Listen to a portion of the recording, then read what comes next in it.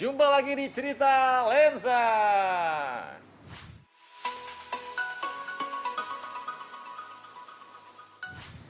Oke, kalau lo nanya kenapa gua sendiri dan kemana Pram? Nah, jadi gini ceritanya. Pram ini lagi cuti. Jadi ya untuk Cerita Lensa kali ini sama gua aja ya, tapi santai. Walaupun cuma sama gua, tetap Cerita Lensa dibuat dengan memperhatikan protokol kesehatan. Oke, kita ke cerita pertama. Akhir pekan ini media sosial lagi heboh dengan kasus anak menggugat ayahnya sendiri di Bandung, Jawa Barat. Saking hebohnya, sampai anggota DPR Deddy Mulyadi ikut turun tangan.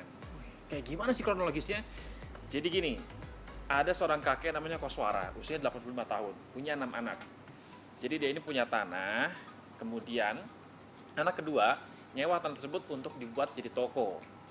Nah, tahun ini kakek Koswara ini mau menjual tanahnya untuk kemudian nanti dibagikan sebagai warisan. Ini anak nomor 2 nggak terima.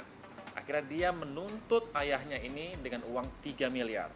Dan semakin miris karena anak nomor 3 ikut membantu dengan menjadi kuasa hukum dari anak nomor 2 tersebut. Ya, gua nggak paham ya takdir bicara apa, karena anak nomor 3 ini jadi kuasa hukum meninggal tepat 1 hari sebelum sidang perdana. Begitu mirisnya kasus ini, selain Deddy Mulyadi, ada 40 pengacara yang langsung daftar untuk membela kakek Koswara tanpa biaya apapun. Aduh, semoga kasus ini cepat selesai ya, dan sebisa mungkin ya kalau bisa sih selesai dengan kekeluargaan gitu. Kan mereka masih keluarga.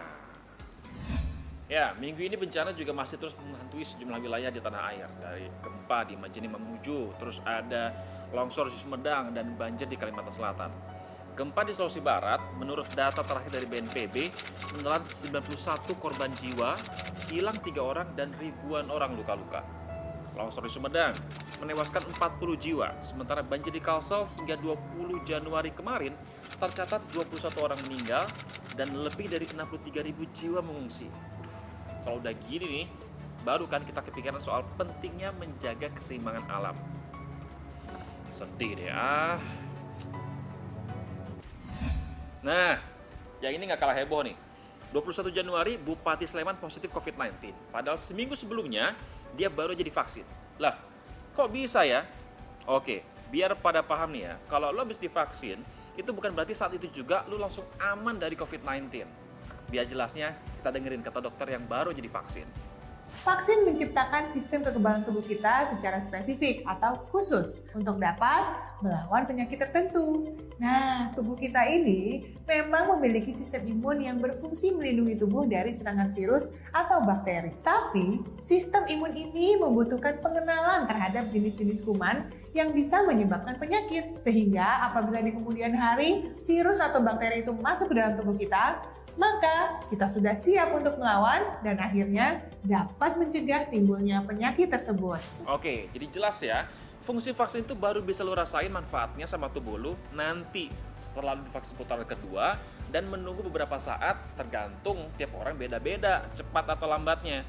Kenapa? Karena vaksin sekarang ini sifatnya masih darurat. Terus kita mesti gimana dong? Nah, kalau lo udah divaksin, tetap lakukan protokol kesehatan. Jangan tengil nih, habis vaksin, terus ntar malah langsung party lagi. Enggak, gue gak nyindir sih, tapi ya gak apa-apa lah kalau sindir juga ya. Bukan apa-apa, Wisma Atlet ini sekarang udah keisi lebih dari 99% cuy. Lo mau kena COVID, terus gak bisa dirawat karena gak ada tempat? Gue sih ogah.